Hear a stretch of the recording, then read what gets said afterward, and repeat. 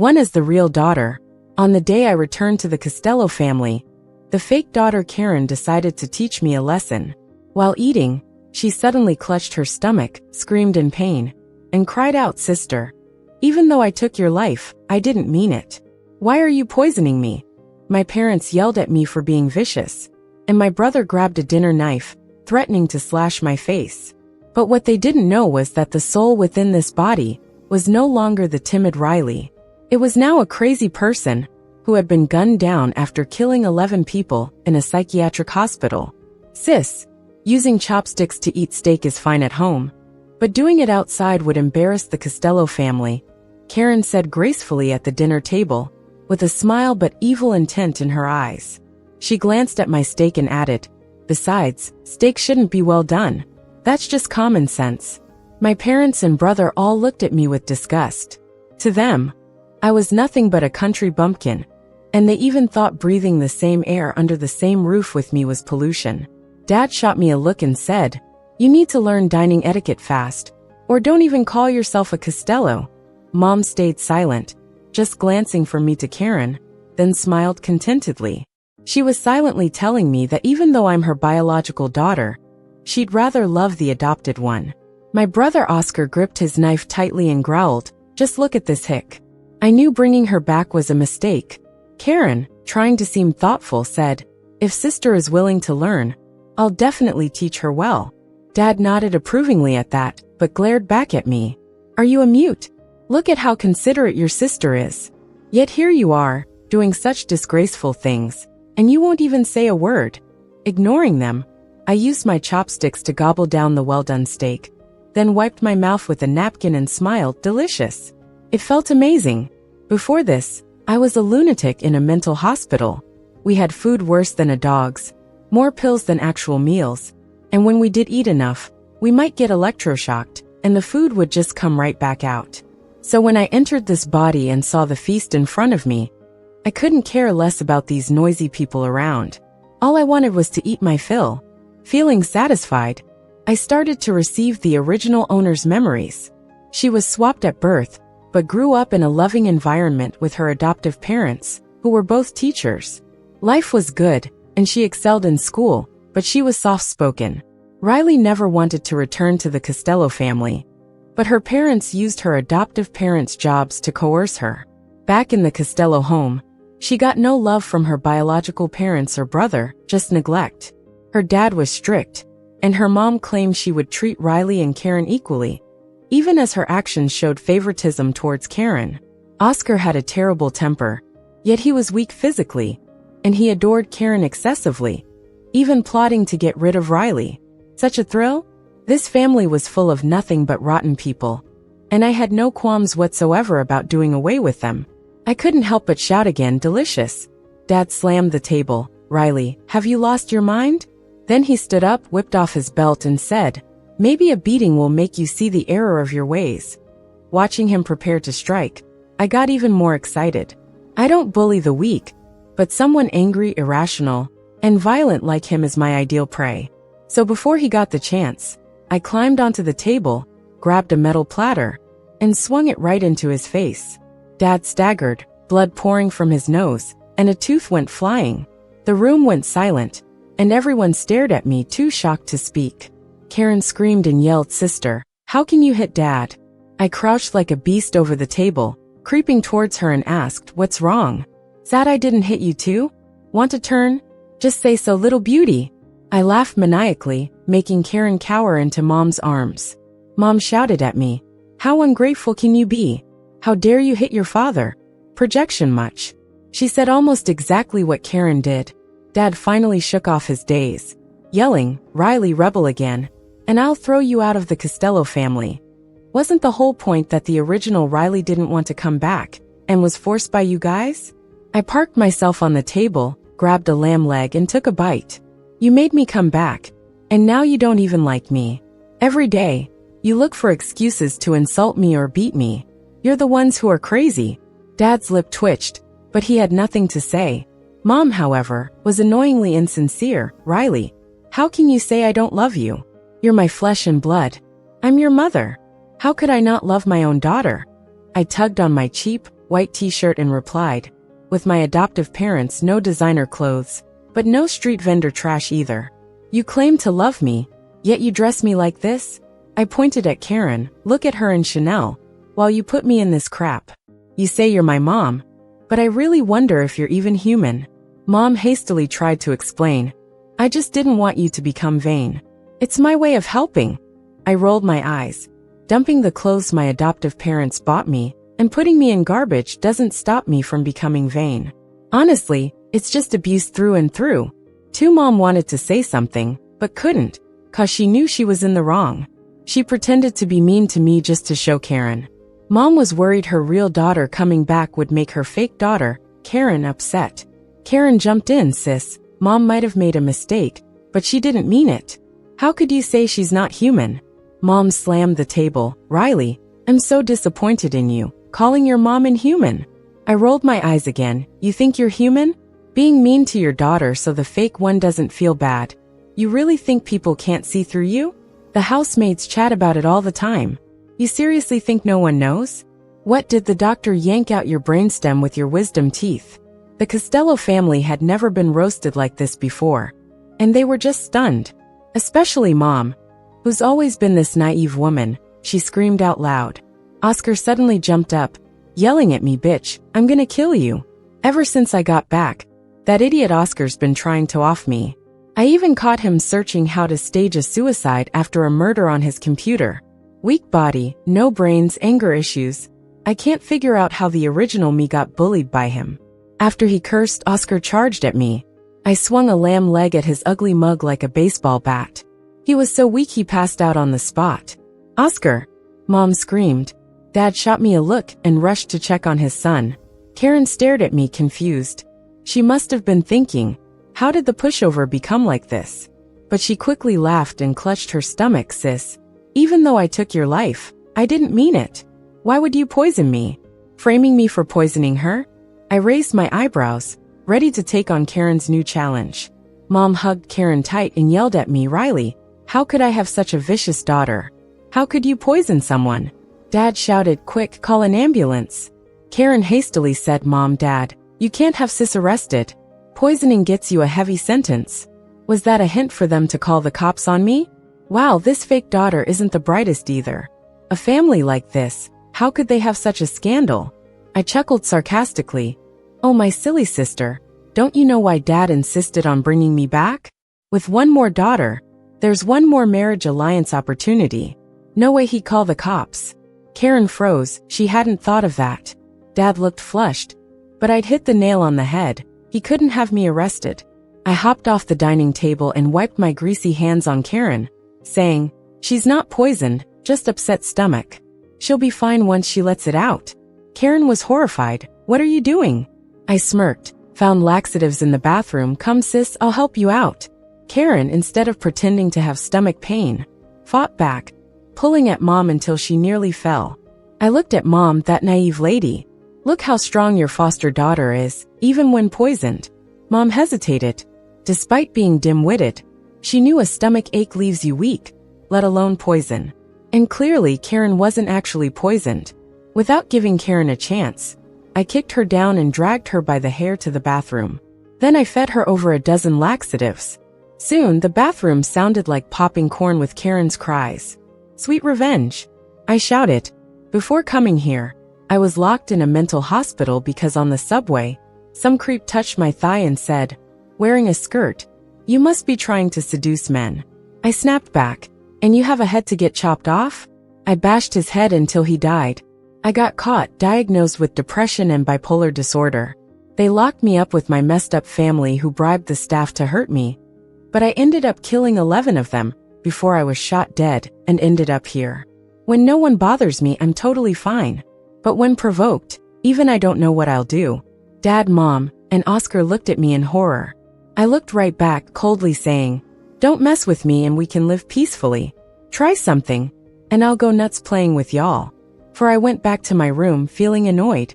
The Costello family gave me a room that used to be storage, no windows or anything. Even the maids had it better. I went upstairs to get into Karen's room. Mom timidly said, "That's your sister's room. You can't just take it." I raised a brow. Do you want to cuddle with me at night, Mom? She shrank back, hiding behind Dad, still saying, it's just wrong to take your sister's room. Got it. I turned and headed to Mom and Dad's room on the 3rd floor. Mom wanted to protest, but Dad stopped her, whispering, leave her be for now. I locked the bedroom door, laid on the comfy bed, and soon fell asleep. But in the middle of the night, I heard someone picking the lock. Were they really planning an ambush?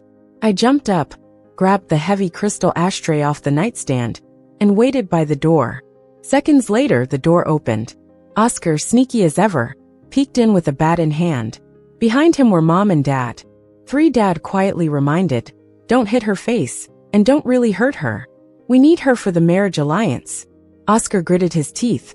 I wish I could beat her to death. Mom whispered, no way, she looks good.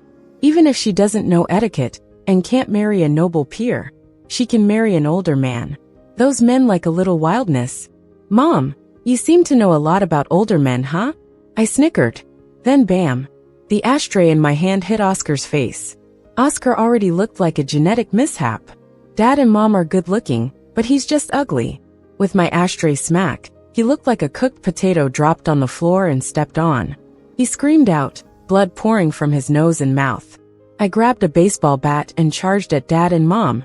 But right then, Dad turned around and jabbed me with a rubber baton from God knows where, right on my shoulder. A strong electric current shot through my body. Darn it, the stun baton. As I fell, Dad gritted his teeth and said, watch how I deal with you. That feeling, it was so familiar. The little electric zap. It was kind of weirdly nice. Even though I fell, inside I was happy. 'Cause being shocked felt like flipping a switch for me. It drove me mad. Honestly, when I killed that pervert on the subway, I wasn't even insane. I figured, at worst they'd give me a life sentence or something, since he was the one who grabbed my thigh first.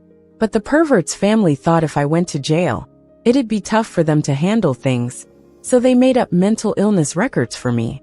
As for a mental hospital, those pills and little whacks they give you, those sane doctors and staff calling you crazy, and the crazy ones treating you normally, it'd drive anyone nuts. Especially the electroshocks. They'd make you lose control and destroy your mind and body. So a normal person like me, I ended up losing it.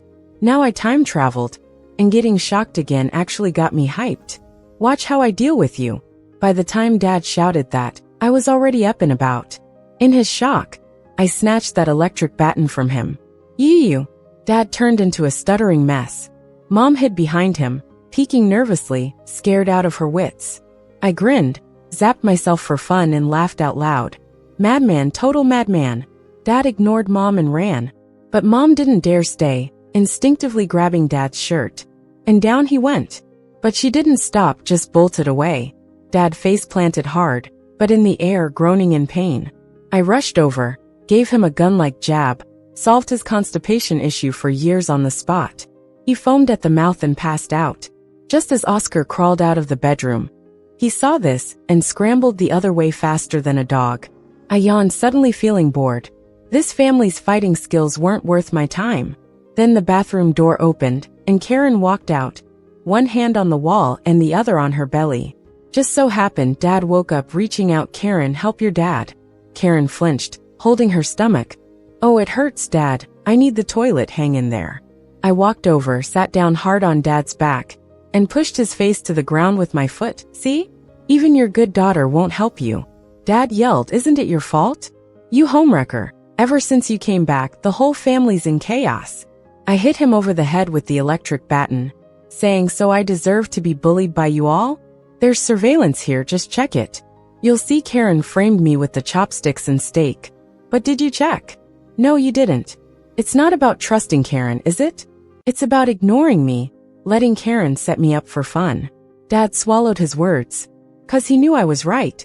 To him, sons were for inheriting the family business, continuing the line.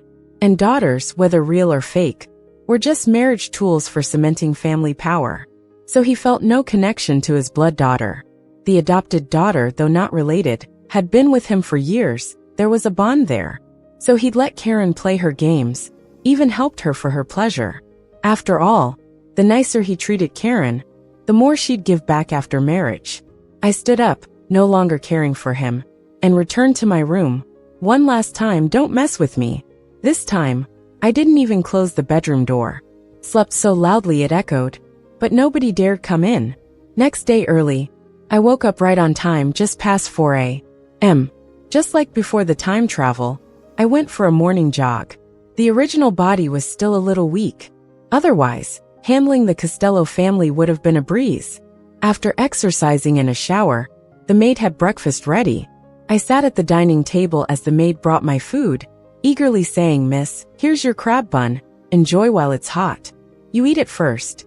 I sneered. This maid was in her early 30s, really pretty and with a killer figure, the type that's sweet yet seductive. In the original memories, she got along well with Karen. Suddenly being so attentive, could it be genuine? Sure enough, the pretty maid paled, nervously saying, "We can't eat that, miss, please don't joke." I pulled out the rubber baton from behind my back and slammed it on the table. "You eat. I won't hit you. But if you don't, I'll make sure you eat after a beating." She tried to run, but I anticipated that, pressing the baton to her back, zapping her down instantly. For haha, this little flying stick from Dad is actually pretty cool. I like it. I picked up a crab roe bun and shoved it into the nanny's mouth. Fresh out of the steamer, the bun was scalding hot and juicy. The nanny started screaming, as if she was in hell. The Costello family members all rushed out. Dad seemed terrified of me but still yelled, "What are you up to this early in the morning?" I smiled and said, "This chick tried to poison me, so I let her taste it herself." Karen's face looked terrible, already pale and now turning ghostly. Just then, the nanny screamed even louder. It was the laxatives kicking in. She turned into a human sprinkler right there. I quickly stepped back and asked with a smile, "You better tell me who put you up to this, or I'll spill the beans about you and Dad's affair." The nanny cried out, completely terrified, "Miss, there's nothing between me and Sir." But she caught sight of Mom's murderous glare. She knew she needed to shift the blame to save herself. So she pointed at Karen and said, "It was Miss Karen. She told me to do it to embarrass Miss Riley. She even gave me a watch." And then she pulled out a valuable Bulgari watch. The Costello family members recognized the watch, and their expressions shifted. The watch confirmed Karen's involvement. Karen quickly defended herself. "Dad, Mom, brother, sister, she's lying. She must have stolen my watch and is framing me." Dad immediately shouted, "How dare you frame my daughter?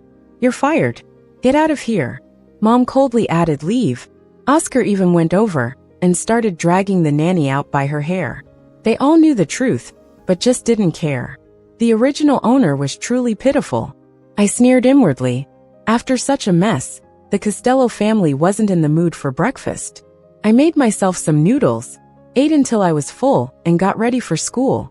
The Costello family had a Bentley specifically for taking me and Karen to school. When I walked out, I saw Karen already in the car, and it seemed like they didn't plan to wait for me. They were already turning the car around. That jerk kept finding ways to mess with me. I sprinted to catch up. After all, a car turning isn't that fast. But the windows were closed, and the driver looked at me coldly, with no intention of opening the door. Karen sneered from the back seat and flipped me off. I'm more of an action type, so I didn't waste any time.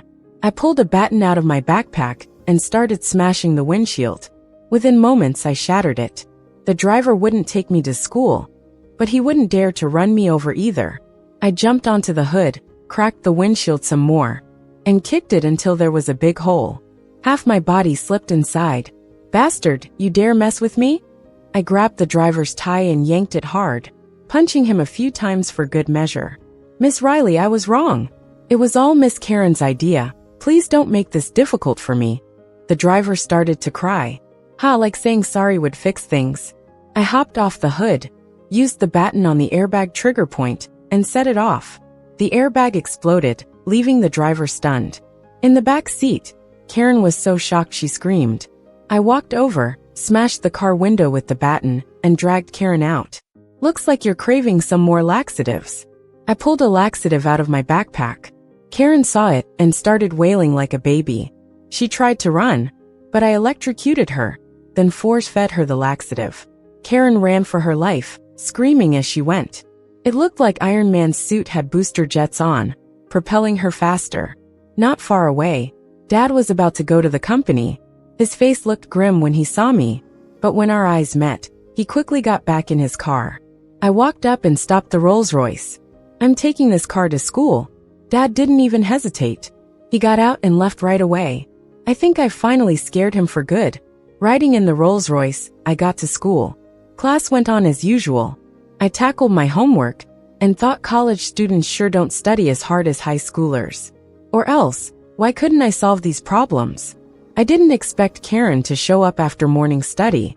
Her face was pale as a ghost, her eyes red and swollen, looking really pitiful. Honestly, Karen wasn't all that pretty, just had a classy vibe to her. But now she didn't even have that. When she passed me, she whispered menacingly, "Riley, you're finished." I smirked, ready to accept her challenge. Just then, the classroom suddenly went dead silent. A few girls with brightly dyed hair and cigarettes in their mouths strutted into the room, coming straight for me. The leader, a blonde, sneered, "You Riley? Heard you've been acting mighty tough lately." So, this was the "you're finished" that Karen was talking about? I got up, kicked away the desk and chair to leave myself some room to move, and casually asked, "What do you guys want? How about cutting to the chase? You want to know? Haha, we're here to teach you a lesson." She swung at me, but mid-swing her body shook. My rubber baton was already pressed against her stomach. Then I pulled out my baton and swung it at her face. The classroom exploded with screams, hers, and the girls around. Her friends lunged at me, but I only got more excited. I was unstoppable, charging left and right. In just a few minutes, they were all cowering and covering their heads. Some girls surrendered before I even got to them. I cornered them by the wall and asked the leader, "Who sent you?" She was the worst off, zapped by me and her face bloodied, completely scared now. "Karen, it was Karen." She even took out her phone, saying, "We've contacted each other over the phone."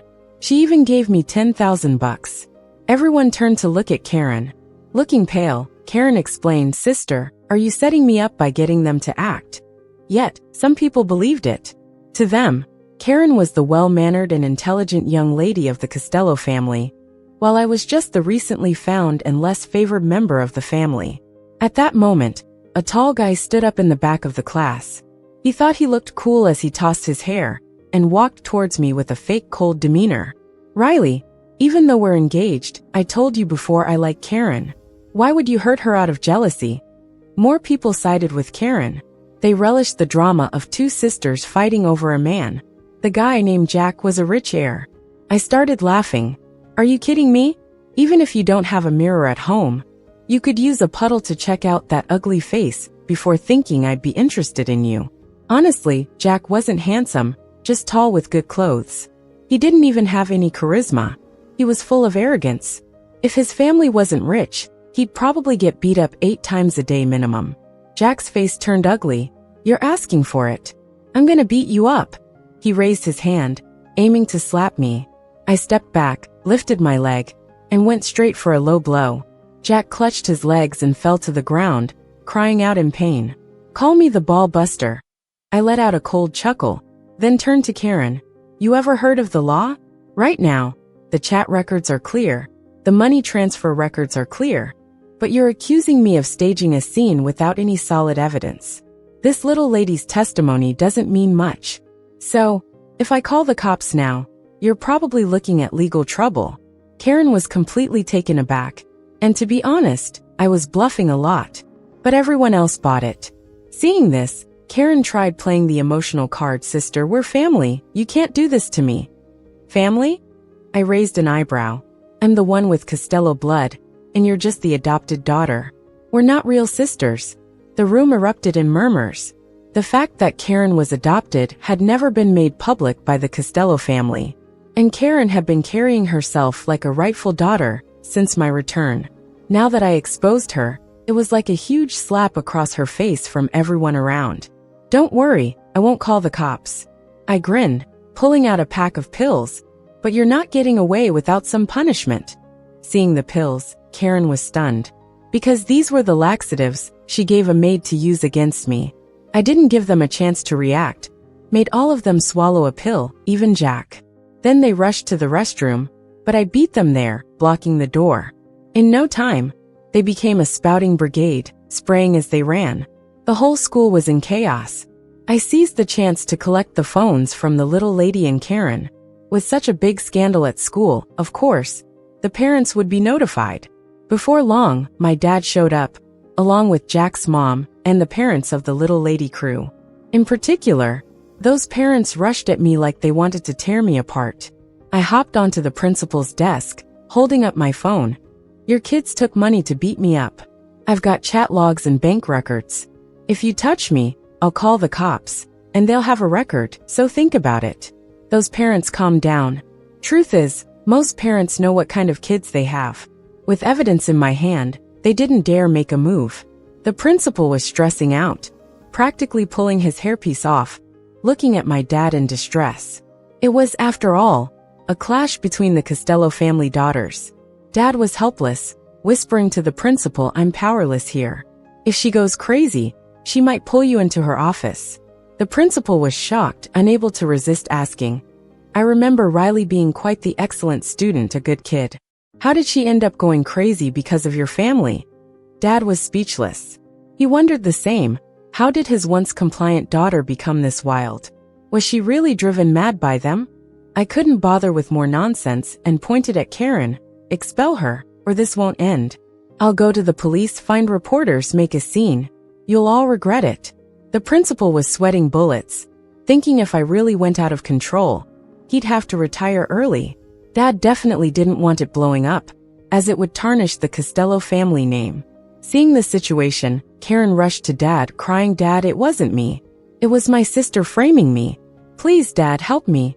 A real daughter wouldn't cling to her dad like that, especially when she's not blood-related. I said sarcastically, then suddenly had a eureka moment. "Oh, Karen, do you want to be my stepmom?" Dad pulled her off, gritting his teeth at me. "Shut your mouth. Expel her, then I'll shut up." I raised an eyebrow. Dad had no choice. He turned to the principal. "I failed as a parent. Expel her, and I'll take her home to educate." The principal sighed with relief, glad to resolve it peacefully. In the end, Karen was expelled, and after making such a scene, no one dared mess with me anymore. Within our social circles, it quickly spread that Karen was adopted. Jack's mom even declared that if the Strass family was going to ally with the Costello family, it'd have to be with an actual daughter, not an adopted one. This whole mess has left Karen completely unable to show her face in our circle. Her reputation as a socialite, built over more than a decade, collapsed just like that. Especially after a video of them acting like fools at school got out. She's been too embarrassed to even leave the house. But what surprised me was that Oscar suddenly stopped bothering me. When something doesn't make sense, there's usually a dirty secret behind it. I decided to dig into it. I've got money now, so investigating stuff is a breeze. Where did I get the money? From my parents. If they refused to give me money, I just threatened to storm into Karen's room with a laxative. They've been left with no choice but to give me a card. I hired someone to investigate and found out that Oscar and Jack met up often. But exactly what they were up to? No idea. But I'm sure they weren't doing anything good. So I spent more money to have someone keep a closer watch. Now in the Costello family, I can do whatever I want, and no one dares to mess with me. But I know they would kill me if given the chance. Of course, my parents would never want me dead. As long as I'm alive, I can engage in an arranged marriage and bring benefits to them. But Karen and Oscar? They definitely want me gone. I'm not going to give them that chance. While I've still got some power left, I replaced all the maids, drivers, and gardeners at home. The Costello family didn't care about them anyway. One day, after school, I found Karen waiting at the door. I glanced at her and said, "Got something to say?" Karen quickly grabbed my hand and said, "Sister, I've realized a lot of things lately. We're family, and I shouldn't have treated you like that. I'm here to apologize and hope you can forgive me." Oh, is this her new tactic? I got excited but pretended not to care. Get lost. Not interested. Go die somewhere else. Karen, however, directly knelt before me. "Sister, I really know I was wrong. Please give me a chance. We're holding a family dinner to apologize to you." Then my phone rang. I checked it and said, "Alright, I'm hungry anyway." Soon, we arrived at a rundown warehouse in the suburbs. I got out of the car, suspiciously asking, A family dinner in a place like this? Sister, the outside might look shabby, but inside it's beautifully arranged. Karen hurriedly pulled me inside. I followed her in, not bothering to expose her pretense. Once inside, there were no decorations. Instead, I saw Oscar, Jack, and 4 big guys. Plus, Mom and Dad were there too. Not to mention cameras everywhere. Karen immediately ran off, and 2 of the guys moved to shut the warehouse doors. Oscar approached with a sinister look. If we didn't still need you for the arranged marriage, today you'd die here. Be grateful you're a Costello. You have value. Just cooperate and film a video for us as leverage. He gestured, and the 4 guys moved toward me. My parents showed no emotion, clear that they had no feelings for their own daughter. I was too thrilled and started laughing eerily. From my backpack, I pulled out a water balloon. Then, amid the confused look of one guy, I threw it at his head. Splash! The balloon burst, and the strong smell of gasoline filled everyone's noses. I lit a cigarette and squinted at the guy. Wanna die? The guy backed away in fear, knowing he could burn at any moment. I pulled out another balloon. I've got plenty of these, enough to burn everyone. The other 3 guys glanced at each other, deciding that risking their lives wasn't worth any amount of money, and retreated. I sneered, get out, or I'll pretend you were never here. The 4 of them didn't say a word and bolted. Oscar yelled, get back here. I'll pay you more. But no one listened. Life was more important than money. Jack couldn't help but say, you're insane. I flashed them a bright smile. You've never met a real lunatic. But let me tell you something. I came from another time and place. Before I crossed over, I killed 11 people who tried to kill me, ha ha ha. An hour or so later, the police and firefighters arrived. They rescued me from a large metal container amid the chaos. As for the rest of the Costello family, Mom, Dad, Karen, and Oscar, they all died. Even Jack gone. When questioned by the police, I clutched my head and cried, muttering to myself, Mom, Dad, don't kill me. I promise to behave. Even if you bully me to death, I'll never fight back. Please, don't kill me.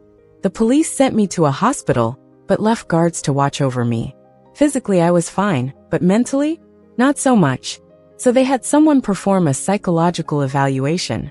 The doctor said I suffered from severe trauma and was showing signs of a mental disorder. Later, the police found some footage on the cameras in the warehouse. In it, Oscar was talking about killing me, but not doing so because they needed me for marriage. They also wanted to film leverage. That footage, I left it there intentionally. Later on, the 4 big guys turned themselves in. They said they were hired by Oscar and Jack, with my parents' approval, to bully me and film it for leverage. If I didn't fall in line, they would kill me. They even mentioned how Oscar repeatedly talked about wanting me dead. The police also conducted home interviews, confirming what I'd gone through, tormented daily, until I nearly lost my mind. The school gave statements too, saying I was well-behaved and a good student at first, but everything changed after being bullied by Karen and her gang constantly. In the end, the case had too many holes and no clear perpetrator. I acted crazy every day, and doctors diagnosed me as mentally unstable, needing psychiatric help. A few days later, the police found some key evidence. There was a video of Oscar and Jack pouring gas on their car at home. Plus, their fingerprints were all over the lighter. In the end, the case was closed. Apparently, it was Oscar, Jack, and their parents, Riley, who failed at trying to harm me. They ended up accidentally starting the fire. Anyway, I'm alive and they're all dead. I scheduled their funeral at night. I put their ashes in fireworks and shot them into the sky. Not long after, I sold everything the Costello family owned and left the city with a fortune.